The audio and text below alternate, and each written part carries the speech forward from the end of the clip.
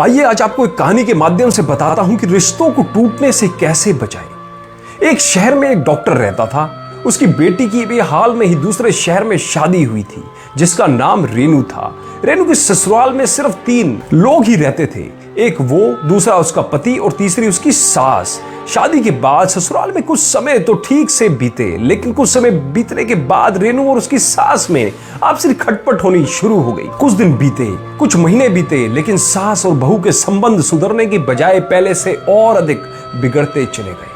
एक दिन दोनों का झगड़ा इतना आगे बढ़ गया कि वे आपस में हाथापाई करने लगे। तब रेनू ने दुखी होकर अपने मायके जाने का फैसला करा और वह अपने मायके चली गई और सोचने लगी कि वह अपनी सास को सबक सिखा के ही रहेगी। अपने मायके आने पर उसने ससुराल की सारी बात अपने माता पिता को बताई कि किस तरह उसकी सास उसकी हर काम में कमी निकालती है और उसे ताने मारती है। उसके पिता डॉक्टर थे, तो उन्होंने रेनू को बोला, मेरे पास एक ऐसी दवाई है जिसे अगर तुम अपनी सास को रोजाना खाने में मिलाकर दे दो तो अगले 6 महीने में तुम्हारी सास गुस्सा करने के बजाय शांत रहना शुरू कर देगी।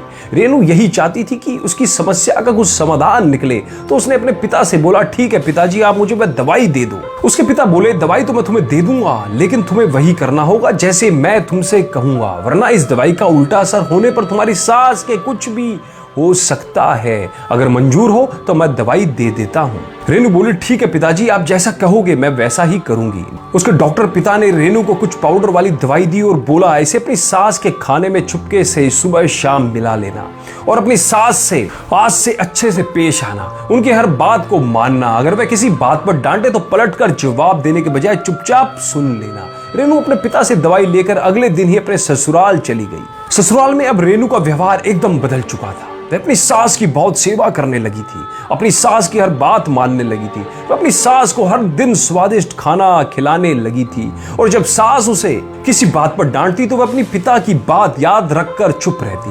अब समय बीता, कुछ महीने बीत जाने के बाद सास के व्यवहार में भी बदलाव आना शुरू हो गया। अब वह अपने बहू की बुराई करने के बजाय उसकी तारीफ करने लगी। वह जहां भी जाती अपने बहू रेनू के काम और व्यवहार की प्रशंसा करती। उधर रेनू का व्यवहार भी नाटक करते करते सच में बदल चुका था। अब सास बहू का संबंध मधुर हो गए थे। 6 महीने बीतने के बाद रेनू अपने मायके गई और अपने पिता को सारी बात बताई और पिता को उनके द्वारा दी गई दवाई के लिए रेनू ने धन्यवाद किया अपने पिता को। रेनू की बात सुनकर उसके पिता हंसने लगे और बोले, बेटी दरअसल बात ऐसी है, ये सब मेरी दवाई से नहीं हुआ। मेरी दवाई तो बस स्वास्थ्य को सही करने वाला पाउडर था। यह सब बदलाव तुम्हारे दिमाग और नजरिए में बदलाव करने का कारण आया है। ऐसी आज तक कोई दवाई नहीं बनी है, लेकिन जो भी हो मैं बहुत खुश हूँ कि तुम्हें अपनी सास की जो सेवा की और जो प्यार अपनी सास को दिया, उसके कारण तुम दोनों को आपसी संबंध बहुत ही मधुर हो गए हैं। अब अपने ससुराल जाओ और अपने पति व अपनी सास के साथ खुशहाली से जीवन बिताओ।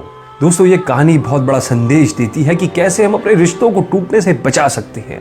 अगर हम अपने रिश्तों में अपने अहंकार को, अपने घमंड को दूर कर दें और अपने नजरिए व दिमाग को सही रखें, तो हम किसी भी रिश्ते को बहुत ही खास बना सकते हैं। हमें अपने रिश्तों में दूसरों को बिना किसी उम्मीद, बिना किसी स्नेह व प्यार व अपेक्षा के बदले उनको स्नेह प्यार देना चाहिए और आए दिन होने वाली छोटी छोटी बातों को इग्नोर करना चाहिए। ऐसा करने पर हमारा रिश्ता ना सिर्फ टूटने से बचेगा, बल्कि उस रिश्ते में ऐसी ताकत होगी जो किसी भी तूफान के आने पर भी टूट नहीं पाएगा। दोस्तों, मैं उम्मीद करता हूं कि इस रियल कहानी ने आपके भी दिल को छुआ होगा। दिल को छुआ हो तो एक कमेंट करके हमें जरूर बताइएगा कि आपको ये कहानी कैसे लगी। धन्यवाद। दोस्तों, यदि आप ये video Praveen Jain Kochar YouTube channel पर देख रहे हैं तो चैनल को सब्सक्राइब कर बेल आइकन जरूर दबाएं और फेसबुक पे देखने वाले मित्र पेज को लाइक कर सी फर्स्ट जरूर करें।